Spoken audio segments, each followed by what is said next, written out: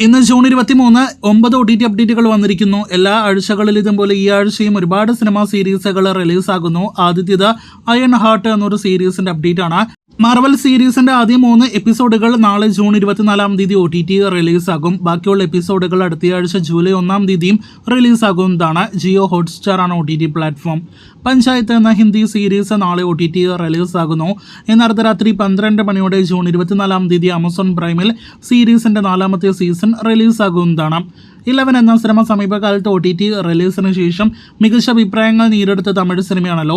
നേരത്തെ ആമസോൺ പ്രൈമിൽ മലയാളം ഭാഷയിൽ സംപ്രേഷണം ചെയ്ത ഈ തമിഴ് സിനിമ ഇപ്പോഴത്തെ മലയാളം ഭാഷയിൽ തന്നെ മനോരമ മാക്സിലും ഇന്ന് അർദ്ധരാത്രി 12 മണി മുതൽ സ്ട്രീം ചെയ്യാനായിട്ടൊരുങ്ങുകയാണ്. ഈ ആഴ്ച സൺനെക്സ്റ്റ് OTT പ്ലാറ്റ്ഫോമിലൂടെ OTT റിലീസിനൊരുങ്ങുന്ന തെലുഗു സിനിമയാണ് ഒക്ക പതക്കം പ്രകാരം. ചിത്രം ജൂൺ 27 OTT റിലീസാകുക. അന്നേ ദിവസം തന്നെ ലയൺസ് ഗേറ്റ് പ്ലേ OTT പ്ലാറ്റ്ഫോമിൽ റിലീസാകുന്ന സിനിമയാണ് ക്ലീനർ. ചിത്രം ഇംഗ്ലീഷ്, ഹിന്ദി, തമിഴ്, തെലുഗു ഭാഷകളിൽ OTT പ്ലാറ്റ്ഫോമിൽ ലഭ്യമാകുന്നതാണ്. ജൂൺ 27 OTT റിലീസിനൊരുങ്ങുന്ന ഒരു പ്രധാനപ്പെട്ട വിദേശ സീരീസാണ് സ്ക്വിഡ് ഗെയിമിന്റെ 3ാമത്തെ സീസൺ. ഈ സീരീസിന്റെ അവസാനത്തെ സീസൺ കൂടിയായ ഈ സീസൺ നെറ്റ്ഫ്ലിക്സിലൂടെയാണ് OTT റിലീസാകുക. ജൂൺ 27 ഇന്ത്യൻ ഭാഷകളിലടക്കം സീരീസ് ലഭ്യമാകുമെന്ന് പ്രതീക്ഷിക്കുന്നു. C5ന്റെ ഡയറക്റ്റ് OTT അന്യഭാഷാ സീരീസാണ് വിരാടപാലം. ഈ ആഴ്ച ജൂൺ 27 സീരീസ് C5ൽ ലഭ്യമാകുന്നതാണ്.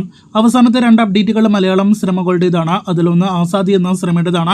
നേരത്തെ തിയേറ്ററുകളിലേക്ക് എത്തിയപ്പോൾ ക്ലൈമാക്സിന് മികച്ച അഭിപ്രായങ്ങൾ ലഭ്യമായ ശ്രീനാഥ് ബാസി സിനിമ അങ്ങനെ ഈ ആഴ്ച ജൂൺ 27 മനോരമ മാക്സിൽ OTT റിലീസാകുന്നതാണ്.